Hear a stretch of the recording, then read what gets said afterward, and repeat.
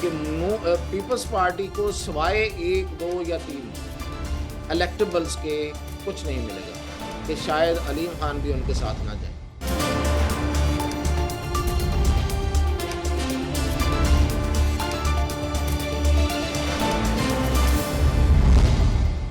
मेरा नाम मोहम्मद अली है। सिडनी ऑस्ट्रेलिया से पाकस्टर के प्रोग्राम के साथ मैं हाजिर हूँ। मेरे साथ आज के सेशन में मियाँ ताहिर साहब लाहौर पाकिस्तान से और मियाँ खलील रहमान साहब लाहौर पाकिस्तान से। सबसे पहले मियाँ ताहिर साहब की तरफ हम चलते हैं। मियाँ साहब, मौजूदा हालात में पाकिस्तान के अंदर काफी सारी डेवलपमेंट हो रही हैं और बज़ाहिर ऐसा लग रहा है कि शायद इमरान खान को ये माइनस कर रहे हैं और एक नया ग्रुप या पीटीआई को ही शायद रिकंस्ट्रक्ट किया जा रहा है। तो हमें इस बारे में बताइए कि ओवरसीज पाकिस्तानी जो हैं उनको काफी सारी परेशानी है और ज़ाहिर है इमरान खान के हवाले से भी बहुत ज्यादा एक कॉन्स्टिट्यूंसी है। हमें जरा बताइए कि क्या हालात हैं पाकिस्तान। जी, बिल्कुल सही आपने कहा। खासी सूरत हाल ऐसी है कि जिसमें हर बंदा कंसर्न्ड है, और ख़ास तौर पे अगर पाकिस्तानी कहीं भी बैठा हुआ है। तो आज की 2 बड़ी पेशरफ्त हैं। मैं वो बताऊंगा तो आपको ज़रा सूरत हाल की जो ग्रेविटी है उसकी समझ शायद आ जाए। एक तो ये है कि आज फवाद चौधरी, इमरान इस्माइल और कराची से एक एमएनए थे इनके, महमूद मौलवी, वो एक ताजर भी हैं, साथ सरमायाकार हैं। तो ये अचानक नमूदार हुए, सामने आए और पता ये चला, उन्होंने बताया मीडिया को कि वो बहुत से लोगों से राब्ते में हैं। खास तौर पे उन्होंने कहा कि हम जो पीटीआई छोड़ने वाले हैं उनसे तो राब्ते में हैं ही, लेकिन हम शाह महमूद कुरैशी से भी राब्ते में हैं। और फवाद चौधरी ने कहा कि वो परवेज खटक जो काफ़ी दिनों से, बल्कि काफ़ी हफ्तों से वो खामोश हैं और रूपोश हैं, उनसे भी राब्ते में हैं। असद कैसर भी अंडरग्राउंड हैं, तो फिर उनसे भी उन्होंने कहा हमारा राब्ता हुआ है। एक जो बड़े अहम रहनुमा वहाँ से केपी से हैं, आतिफ खान, उन्होंने कहा उनसे भी राब्ता किया है। उन्होंने असद उमर से राब्ते का भी दावा कर दिया। और फिर उनके साथ उस वक्त आमिर कियानी भी थे। वो मीडिया के सामने तो नहीं आए, लेकिन ये तीनों लोग, चारों लोग जो हैं, ये आज अडयाला जेल गए और अडयाला जेल में इनकी मुलाकात कराई गई। कराई गई इस तरह से कि वहां पे इनको एक खास कमरा दिया गया एक, और उसमें ये बैठ के तो इन्होंने शाह महमूद कुरैशी के साथ अच्छा खासा वक्त गुजारा। और फिर उन्होंने बाहर आके जो बात की है मीडिया के सामने, उन्होंने कहा जी कि देखें, हम तो नहीं चाहते कि ये जो मौजूदा पीडीएम की हुकूमत है इनको अपोजिशन के बगैर छोड़ा जाए। तो मुल्क और अवाम की बेहतरी के लिए ज़रूरी है कि हम अपोजिशन करें। तो ये बड़ा एक सीधा साधा इसका मतलब था, वो ये था कि जी इमरान खान माइनस अब पीटीआई को दोबारा से खड़ा किया जा रहा है। यानी कि जो लोग अपने आप को डिस्टेंट कर चुके, उन वो लोग अब उन लोगों के साथ मिलके जो अभी तक उन्होंने अनाउंसमेंट नहीं की पार्टी छोड़ने की, तो वो एक पार्टी बनाने की तरफ जा रहे हैं। तो यानी कि पीटीआई को दोबारा से, तो उसमें इमरान खान नहीं होंगे। तो ये एक बड़ी पेशरफ्त हुई है। अब ये और बात है कि शाम तक कुछ लोगों के जिनके साथ इन्होंने राब्तों का दावा किया था, उनकी तरफ से तरदीदें भी आईं। लेकिन जाहिर है कि सूरत हाल आहिस्ता आहिस्ता मेच्योर होगी। आपको पता है कि इस तरह की जो पार्टियां बनने और टूटने और बनने का जो अमल होता है, इसमें ये सारी चीज़ें चलती रहती हैं। पहले दावे होते हैं, फिर बातचीत होती है, फिर तरदीदें आती हैं और अल्टीमेटली एक शक्ल निकल आती है। दूसरी बड़ी जो पेशरफ्त है वो ये है कि आज मीडिया मालकान को बड़े घर में बुलाया गया और वहां पे उन्हें बड़ा दो टोक अंदाज में ये कन्वे कर दिया गया कि इमरान खान उसी तरह ही उनको समझा जाए जिस तरह से अल्ताफ हुसैन के बारे में कहा गया था। यानी कि ना तो उनकी कोई खबर आएगी, ना उनकी कोई तस्वीर आएगी, और ना ही उनके बारे में कोई खबर आएगी। अब अल्ताफ हुसैन और इनमें थोड़ा सा फर्क अभी रह गया, वो भी शायद 1-2 दिन में क्लियर कर दिया जाएगा कि अल्ताफ हुसैन का तो नाम लेना ही बैन था। यानी कि उसको उनके लिए उन्होंने बानी एमकेएम की इस्तेलाह दी थी। अब इनके लिए कुछ इस्तेलाह ढूंढ रहे होंगे, क्योंकि बानी पीटीआई शायद ये पूरी तरह से ना कहला सकें, क्योंकि पीटीआई में और भी कुछ लोग हैं जो जिनका ये दावा है कि वो दरअसल बानी है। तो हो सकता है बानी पीटीआई भी कह दिया जाए, लेकिन बहरहाल अभी नाम इनका फाइनल नहीं हुआ कि इनको क्या नाम दे के तो मीडिया को कहना है। तो ये बड़ी सख्त अहकामात जो आज मसूल हुए, उन पे आज शाम यानी कि ये जो बुध की शाम है, इसके 8 बजे से सख्ती से अमल दरामद शुरू हो गया है। अच्छा, अब इस आपकी जो मियाँ साहब बात है, ये थोड़ी सी मुझे एक इस पे भी आप रोशनी डालिएगा कि जो शाह महमूद कुरैशी हैं, उनको तो अपनी फैमिली से मिलने की भी इजाजत नहीं थी। तो ये एक बड़ी हैरानकुन बात है कि फवाद चौधरी या ये लोग जाकर उनको मिले हैं। तो जरा इस बारे में भी आप थोड़ा बताइएगा, ये देखें, क्या है। ये बिल्कुल वाजे हो रहा है। मैंने जैसे अपनी पहली गुफ्तगू में ये आपको कहा बताया कि ये बिल्कुल वाजे हो रहा है कि उनको जिस तरह से फैसिलिटेट किया गया और उन्होंने बड़ा कंफर्टेबली बैठ के उस अडयाला जेल के एक मखसूस कमरे में जो उनके लिए दिया गया था उनको, तो उसमें बैठ के इन लोगों ने उनके साथ बड़ा वक्त गुजारा है। तो जाहिर है कि इसके पीछे अरेंजमेंट है। अब कि कौन देता है अडयाला जेल का कमरा? अगर देखें, आपने जिस तरह कहा कि उनकी तो फैमिली को मिलने की इजाजत नहीं है, और मैं अगर बतौर जर्नलिस्ट उनसे मिलना चाहूँ तो बिल्कुल ही नहीं मिल सकता। तो लेकिन अगर ये लोग गए हैं और कंफर्टेबली वहां बैठ के उन्होंने बातचीत की है, तो ये अरेंजमेंट करने वालों ने अरेंजमेंट किया है। और उन्होंने किया है कि जो चाहते हैं कि इमरान खान को माइनस करके पीटीआई को रखा जाए। अब इसमें अरेंजमेंट मजीद क्या होगा, कौन कौन उसमें रहेगा, ये तो अभी मैंने कहा कि मियां साहब, टू एक एक बात तो फिर वाज़ेह नजर आ रही है। तो अब पूरी तरह खुल खेल के इमरान के खिलाफ खड़ी है। तो अब इसमें तो बाजार को कोई शक नजर नहीं। जी बिल्कुल। मैं आपको इसमें अपने ना सिर्फ खदशात बल्कि मालूमात की बना पे मैं कह सकता हूँ कि इमरान खान आने वाले दिनों में उनके खिलाफ ना सिर्फ एक बहुत ही सख्त मुकदमा बनेगा, बल्कि वो सलाखों के पीछे होंगे। और वो जो मुकदमा है, मैंने वो इस हवाले से मैं आपको बता रहा हूँ कि वो दहशतगर्दी का और वो मिलिट्री एक्ट के तहत बनाया जाएगा। और वो जो मुकदमा है उसमें उनको गिरफ्तार करके जेल के पीछे पता नहीं कब तक के लिए फेंक दिया जाएगा। और फिर ये है कि तो उनके नाती भी उस काम आप में। ये कह रहे हैं एक तरह से कि पाकिस्तान में जो मामलात हैं फैक्ट्री रीसेटिंग की तरफ जा रहे हैं। जी बिल्कुल। एक नया माल तैयार किया जा रहा है और नई प्रोडक्ट तैयार हो रही है।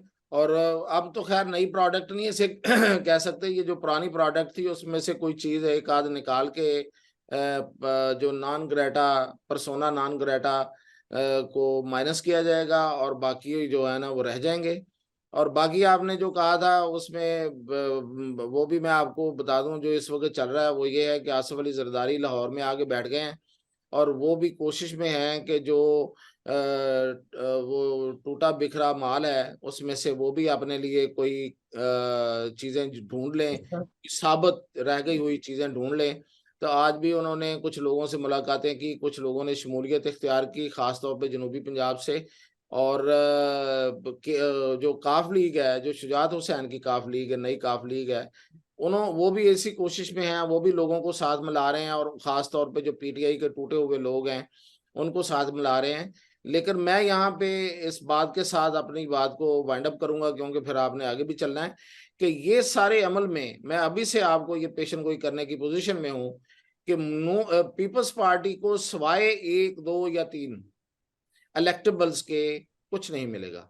वो साथ मिलने और शमूलियत इख्तियार करने वाले सैकड़ों भी हो सकते हैं, लेकिन उनमें जो सीटें जीतने वाले हैं वो शायद 3 से 4, हद 5 और 6 होंगे। जो उनकी बाकी सीटें पहले से हैं वो शायद उनको दोबारा से मिल जाएं। तो इस तरह से आप अब अंदाजा कर लें कि पीपल्स पार्टी पंजाब में क्या गेन कर सकेगी और किस पोजीशन में होगी। बाकी रह गई काफ लीग। तो काफ लीग जो है, जाहिर है कि उनकी ख्वाहिश जरूर है और कोशिश है, और शायद वो पीपल्स पार्टी से ज्यादा लोग इलेक्टेबल्स लोग अपने साथ मिलाने में कामयाब हो जाएं। उसकी एक बड़ी सादा सी रीजन मैं आपको बताता हूँ, वो ये है कि चूंकि सब लोगों को पता है जो इस वक्त इलेक्शन में जा रहे हैं सियासतदान, उन्होंने पूरा कैलकुलेशन करके रखी हुई है कि अगला इलेक्शन नून लीग ने जीतना है। तो अगर इलेक्शन नून लीग ने जीतना है तो फिर नून लीग के जो सबसे करीब है वो तो काफ लीग है, यानी कि चौधरी शुजात हुसैन है। तो वो पीपल्स पार्टी तो हो नहीं सकती खासतौर पे पंजाब में। तो इसलिए वो लोग प्रेफर करेंगे कि वो काफली को ज्वाइन करें, ताकि आइंदा अगर इलेक्शन के बाद जब हुकूमत बनती है तो उनको अगर हुकूमत में हिस्सा मिलने का कोई इम्कान पैदा हो सकता है तो वो काफली से हो सकता है, पीपल्स पार्टी से नहीं हो सकता। तो इसलिए पीपल्स पार्टी को वो शायद शेयर ना मिल सके जो वो जिसकी वो उम्मीद लगाए बैठे हैं। ताहम काफली जो है वो इसमें कामयाब रहेगी। तो मियां साहब, इसमें मैं एक आपसे पूछा कि आपने जहांगीर तरीन का क्या देखते जी हैं कि मैं जहांगीर सॉरी, वो तरीन। उसको उनको मैं भूल गया। जहांगीर तरीन भी इन कोशों में है, लेकिन आप मियां साहब गवाह हैं इस चीज के कि जहांगीर तरीन को अभी तक किसी बड़े नामवर, किसी मशहूर, किसी इलेक्टेबल ने ज्वाइन नहीं किया। फिरदौस आशिकवान की आज मुलाकात हुई है। फिरदौस आशिकवान कितनी इलेक्टेबल है वो हम सब जानते हैं। तो इसलिए जहांगीर तरीन की पार्टी का जो शोर और जो लोगों के जहनों में है कि पता नहीं वो क्या कर जाएंगे, वो कुछ नहीं कर पाएंगे। वो कुछ लोगों को मिला के कोई अपनी पोजीशन, अपनी जो सियासी हैसियत है उसको बनाने की कोशिश जरूर करेंगे और हर सूरत करेंगे। लेकिन मैं यहाँ पे ये पेशन गोई बड़ी आसानी से कर सकता हूँ कि शायद अलीम खान भी उनके साथ ना जाए।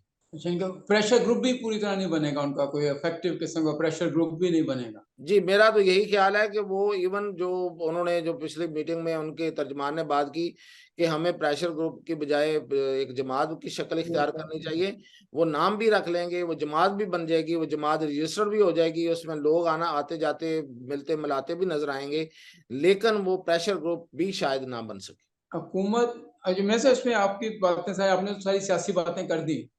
अब इसमें थोड़ा सा एक जून का महीना शुरू हो गया है, तो ये बजट का महीना भी होता है, इसमें लोगों को रिलीफ की भी तो भी होती है और हुकूमत की भी कोशिश होती है कि इसमें करे।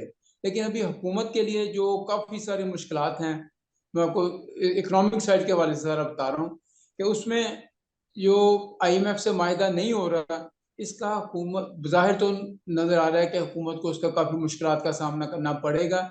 लेकिन इसमें एक प्लस पॉइंट ये हो सकता है कि हुकूमत को माहिदा ना होने की सूरत में बजट में कम से कम बजट की हद तक अवाम को कुछ रिलीफ देने का मौका मिल जाए। अगर वो माहिदा स्टाफ लेवल एग्रीमेंट पहले हो जाता बजट से, तो फिर उनको उनकी पूरी शराइत माननी पड़ेगी, जो कि अवाम के इतने हक में नहीं है कि वो सब्सिडीज और इसमें अवाम को रिलीफ को और अगर रिलीफ दे सकें। और लेकिन अगर वो माहिदा नहीं हुआ, अनाउंसमेंट नहीं हुई, जैसे कि साग डार साहब ने आज भी कहा है कि हमने सारी उसके मुतालबात, सारी शराइत पूरी कर दी हैं, अब वो जियो पोलिटिकल आलमी सियासत की वजह से अगर वो नहीं मान रहे, तो इसका हमारे पास कोई हल नहीं है, सिर्फ हमारी बदकिस्मती है या उनकी है। लेकिन यह कि टेक्निकली उनके पास माहिदा ना करने का कोई जवाज नहीं है, लेकिन उसके बावजूद आईएमएफ की तरफ से बाकायदा इसका ऐलान नहीं किया जा रहा। और इसका उन्होंने ये फायदा जरूर उठाया कि आज उन्होंने पेट्रोल 8 रुपए लीटर, डीजल 5 रुपए लीटर सस्ता करके कोशिश की है थोड़ा सा रिलीफ देने की। उसके अलावा मार्केट में भी थोड़ा सा घी आटा वो भी सस्ता होना शुरू हो गए। अब वो अगर माहिदा नहीं हुआ तो फिर इनकी पूरी कोशिश होगी कि चीन से कुछ और मदद ले लें। और उसके बाद इनको प्लस पॉइंट ये हुआ कि इकोनॉमिक्स इंडिकेटर सारे नेगेटिव्स में है, इसमें कोई शक नहीं। जीडीपी 0.029 है, जिसमें वो भी तकरीबन ना होने के बराबर है, माइनस के करीब भी जा सकती थी। लेकिन उसमें एक ये प्लस पॉइंट हुआ है कि जो फॉरेन फाइनेंसिंग का शोर मचा रहा था आईएमएफ को, आपको $7 अरब चाहिए, बेसिकली था करंट अकाउंट डेफिसिट का उनका अंदाजा था कि पाकिस्तान का इस माली साल का करंट अकाउंट डेफिसिट है वो $7 अरब होगा और उसको $7 अरब पूरा करके हमें दिखाएं। तो ये अभी अमली तौर पे प्रैक्टिकली सिर्फ $3 अरब की उनको रिटर्न एग्रीमेंट मिले थे आईएमएफ को, बाकी 3 के जुबानी वादे थे कि ये हम उसको जब जरूरत पड़ेगी देंगे। लेकिन अब हुकूमत को एक इसका प्लस पॉइंट ये हुआ है कि इम्पोर्ट्स पे पाबंदी लगाने से करंट अकाउंट डेफिसिट है वो पिछले 2 महीने सरप्लस रहा है, डेफिसिट की बजाय करंट अकाउंट सरप्लस रहा है। और अब अंदाजा है कि पूरे साल का करंट अकाउंट जो डेफिसिट होगा वो 3 सवा 3 अरब डॉलर होगा। यानी कि हुकूमत की जो $6 अरब की जो फाइनेंसिंग की नीड्स है वो खुद ब खुद कम होकर $3 अरब रह गई, और $3 अरब की फाइनेंसिंग इनके पास ऑलरेडी मौजूद है, उसके वादे मौजूद हैं, रिटर्न भी मौजूद है IMF के पास। इस उसके बावजूद भी अगर IMF नहीं कर रहा, तो उसमें फिर स्वाय अमेरिकन या वो अमेरिका और चीन की जो पॉलिटिक्स चल रही है और इंडिया साथ है, उसका नतीजा है कि वो पाकिस्तान को माहिदा नहीं कर रहे हैं। और अब हुकूमत इस माहिदे पे इतना ज़्यादा जोर इसलिए भी नहीं कर रही कि 30 जून को ये माहिदे की डेट खत्म हो रही है। एक एक्सटेंशन वो ले चुके हैं इसमें पाकिस्तान, इसलिए अब दूसरी एक्सटेंशन की भी गुंजाइश नहीं है। अब इनकी अगर माहिदा करना भी होगा तो इनकी कोशिश ये होगी कि ये माहिदा को हम स्टार्ट लेवल जो 9 पिछला रिव्यू चल रहा है उसका एग्रीमेंट फाइनल करके इसको वाइंड अप कर दें, और 30 के बाद एक नए माहिदे की बातचीत करें अगर उनका इरादा हुआ, अगर उनको फाइनेंसिंग का कोई प्रॉब्लम हुआ। क्योंकि माहिरीन का ये कहना है कि IMF से माहिदा ना होने की सूरत में फौरी तौर पर तो पाकिस्तान को कोई नुकसान नजर नहीं आ रहा। इवन के अगले माली साल पहले क्वार्टर में, यानी कि जुलाई अगस्त सितंबर तक भी कोई मसला नहीं होगा। सितंबर से दिसंबर के क्वार्टर में कुछ थोड़े से प्रॉब्लम हो सकते हैं। इसलिए अब ये हुकूमत शायद कोशिश करे कि 30 जून को यह माहिदा जैसे भी वो वाइंड अप हो जाए और उस पर नए माहिदे पे हम बातचीत करें अगर करें। ये सूरत हाल चल रही है। तो इसमें बजट में अवाम को रिलीफ मिलने की उम्मीद थोड़ी सी पैदा हो गई है IMF के माहिदा ना होने से। तो ये है इकोनॉमिक सूरत हाल। और इसका वो सियासत से लिंक तो आपको पता है ही है कि सियासी वजूहात की बिना पे सारा कुछ हो रहा है, उसमें मुल्की एलिमेंट भी शामिल है।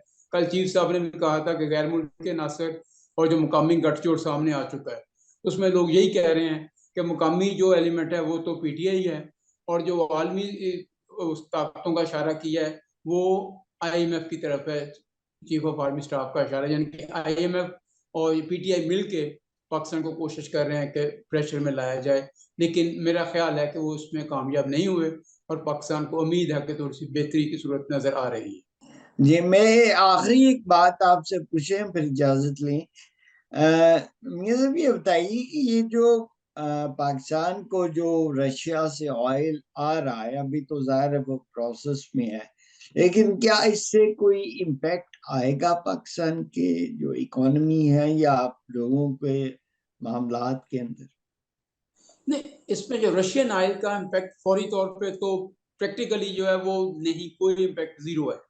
उसकी वजह यह कि पाकिस्तान जितना ऑयल इस्तेमाल करता है, रशिया से अभी जो मायदे हुए हैं, जो अभी 1-2 महीने तक या इवन के 6 महीने तक जो उतना ऑयल आएगा, वो पाकिस्तान की टोटल जो उसकी जरूरत है या कंजम्पशन है उसके 5% भी नहीं होगा। अब अगर 100 लीटर अगर इस्तेमाल करते हैं, उसमें 5 लीटर अगर आपको सस्ता मिल भी जाए तो उसकी बुनियाद पे आप बाकी 95 लीटर को सस्ता नहीं कर सकते। सस्ता अमली तौर पे उस पर होगा जब आप 50-50, कम से कम 50-50 हो जाए। तो अगर आपको 100 लीटर्स की जरूरत है तो 50 रशिया से मिल जाए, तो फिर आप उसका कंपैरिजन उसको करके सस्ता कर सकते हैं ओवरऑल। लेकिन जो इस वक्त सूरत है, इससे अमली तौर पे कोई फौरी तौर पे रिलीफ की कोई तो या उम्मीद नहीं है। तो स्वाय इसके ऑप्टिक के अलावा तो बाहर फिर इसमें कोई ऐसी इसमें बिगनिंग कह सकते हैं।